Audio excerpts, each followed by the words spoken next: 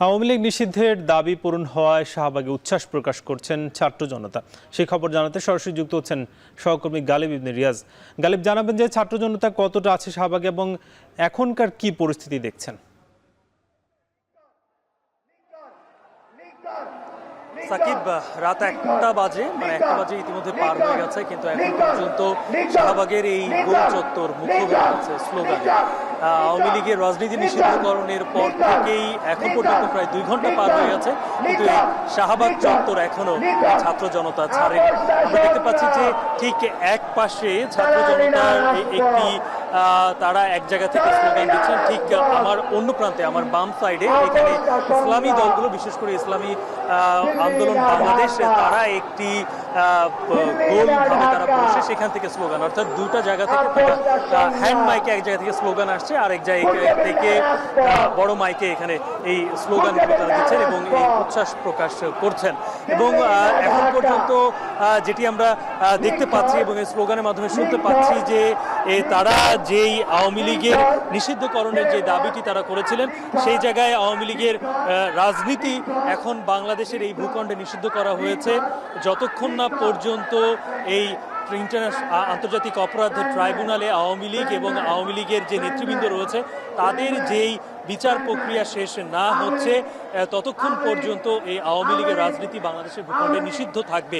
এখানে একটি বিষয়ে উল্লেখ করা যেতেই পারে যে এই আন্দোলনে যে 3টি দাবি ছিল যে আওয়ামী লীগকে নিষিদ্ধ করতে হবে, এর জন্য আন্তর্জাতিক অপরাধ ট্রাইব্যুনালে দল হিসেবে কোনো একটি রাজনৈতিক দলকে নিষিদ্ধ করার যে আইন, সেটি সংশোধনী আনা হয়েছে। সেটি প্রধান উপদেষ্টার সাথে যেই বাকি উপদেষ্টারা যে আজকে জরুরি বৈঠক করেছিলেন, তারপরে আইন উপদেষ্টা এই বিষয়টি পরিষ্কার করেছেন, অর্থাৎ দাবির একটি তাদের পূরণ হয়েছে। অপর যেটি ছিল সেটি হচ্ছে আওয়ামী লীগের আওয়ামী লীগকে নিষিদ্ধ করা, সে জায়গায় আওয়ামী লীগের রাজনীতি ততদিন পর্যন্ত নিষিদ্ধ থাকবে। আরও একটি দাবি তাদের ছিল যে জুলাইয়ের যেই সনদ, সেটি প্রকাশ করা। আমরা দেখেছি যে বিভিন্ন সময় জুলাইয়ের যে সনদের প্রকাশের দাবি উঠলেও সেটি প্রকাশ করা হয়নি। তো এখানে অন্যতম একটি দাবি ছিল যে জুলাইয়ের সনদ প্রকাশ করা, সেটিকে আইন উপদেষ্টা বলেছেন যে আগামী 30 কার্যদিবসের মধ্যে সেটিও করা হবে। অর্থাৎ যে 3টি দাবি তাদের ছিল, সেই 3টি দাবি মোটামুটিভাবেই তাদের পূরণ হয়েছে। এখানে কখনো মাইকে অ্যানাউন্স করা হচ্ছে যে হাসনাত আব্দুল্লাহ এসে পরবর্তী যেই নির্দেশনা সেটি দিবেন।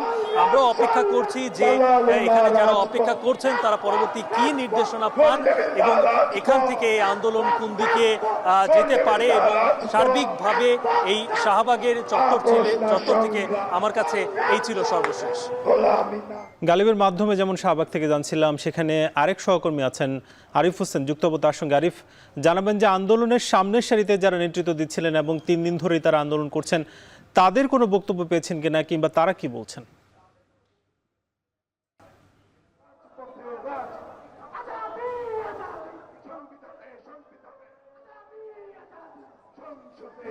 এখন পর্যন্ত উত্তাল রয়েছে শাহবাগ, কারণ আপনারা নিশ্চয়ই জানেন আজকের এই যে ছাত্র জনতা রয়েছে যারা বৈষম্য বিরোধী জাতীয় ঐক্যের ব্যানারে ফেসিবাদ বিরোধী এবং আওয়ামী লীগকে নিষিদ্ধের দাবিতে যে আন্দোলন করছিলেন, সেটি কিন্তু চূড়ান্ত রূপ পেয়েছে। কারণ আওয়ামী লীগ এবারের মতো দ্রুতবার নিষিদ্ধ হলো। 1971 সালে 26শে মার্চ আওয়ামী লীগকে নিষিদ্ধ করা হয়েছিল তৎকালীন পাকিস্তান। এরপরে বাংলাদেশের নেতৃত্ব দানকারী একটি দল কিভাবে ফ্যাসিস্ট হয়ে উঠল তার যোগ্য উদাহরণ আওয়ামী লীগ হতে পারে। এরপরে 4 বছরের মাথায় বঙ্গবন্ধু শেখ মুজিবুর রহমান ক্ষমতার বলয়কে টিকিয়ে রাখার জন্য বাকশাল তৈরি করেছিল এবং সেই বাকশালের হাত ধরে তিনি কিন্তু বাংলাদেশের মানুষকে জিম্মি করেছিলেন। তখন 1975 সালে 15 আগস্ট একটি গণ অভ্যুত্থান হয়েছিল। সেই গণ অভ্যুত্থানে পর কিন্তু আরও একটি গণ অভ্যুত্থান হয়েছিল, যেটি 90-এর গণ অভ্যুত্থান স্বৈরাচারী এরশাদ বিডি এবং পরবর্তী গণ অভ্যুত্থান 24-এর গণ অভ্যুত্থান। যে গণ অভ্যুত্থানে ছাত্র জনতা এক কাতারে দাঁড়িয়ে ফ্যাসিস্ট শেখ হাসিনাকে ক্ষমতার থেকে টেনে হিঁচড়ে দাঁড়িয়েছেন এবং তাকে ভারতে পালিয়ে যেতে এক ধরনের বাধ্য করেছিলেন বলা যায়।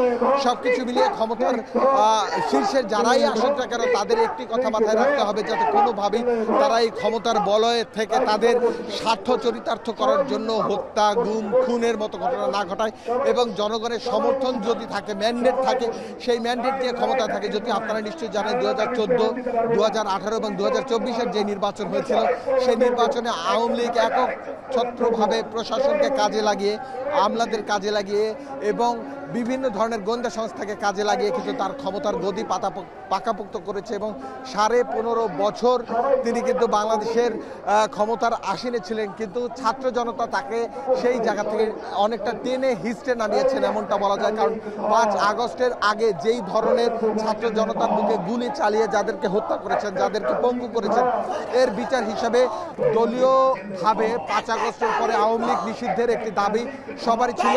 এরপরে প্রথমে ছাত্রলীগ নিষিদ্ধ করা হয়, কিন্তু আজকের শেষ পেরেকটা পুঁতে দেওয়া হলো, অর্থাৎ আওয়ামী লীগের কবর রচিত হলো বাংলাদেশের মাটিতে।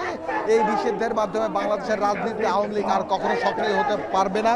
এছাড়া এখন পর্যন্ত এখানে শাহবাগে যারা অবস্থান করছেন তারা একটা কথা বলছেন, শুধু আওয়ামী লীগ নিষিদ্ধের দাবি না, আইসিটি আন্তর্জাতিক অপরাধ ট্রাইব্যুনালে আওয়ামী লীগের দলীয়ভাবে নিষিদ্ধের যেই দাবি রয়েছে সেই দাবিটি পরিপূর্ণ করে সংযুক্ত করে তারপরে দলগতভাবে আওয়ামী লীগকে নিষিদ্ধ করতে হবে। এছাড়া আমরা আরেকটি বিষয়ে জানি যে হলো যে যেই দাবিটি ছিল শিক্ষার্থীদের যে কোনো মূল্যের বিনিময়ে এই যে নিষিদ্ধ কার্যক্রম নিষিদ্ধ করলে হবে না, পূর্ণাঙ্গভাবে নিষিদ্ধ করে বাংলাদেশের নির্বাচনী ব্যবস্থা থেকে আওয়ামী লীগকে ছিটকে ফেলে দিতে হবে এবং সেই দৃষ্টান্ত কিন্তু আজকে স্থাপিত হলো এবং বাংলাদেশ পরবর্তী সময়ে বিশ্বের বুকে আত্মমর্যাদা নিয়ে যাতে দাঁড়িয়ে থাকতে পারে সেই ভিত রচিত হলো, এমনটাই বলছেন এখানে যারা রয়েছেন তারা।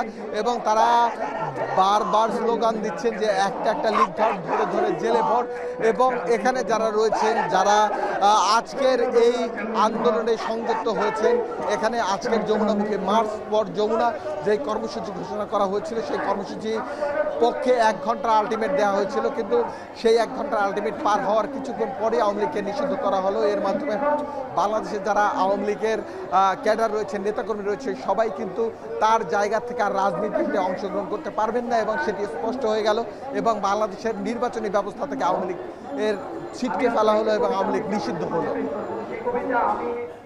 আরিফ হোসেন যুক্ত ছিলেন এবং তার আগে গালিব ইবনে রিয়াদ যুক্ত ছিলেন শাহবাগ থেকে, জানাচ্ছিলেন আওয়ামী লীগ নিষিদ্ধের ফলে মানুষের মধ্যে যে উচ্ছ্বাস সেই খবর।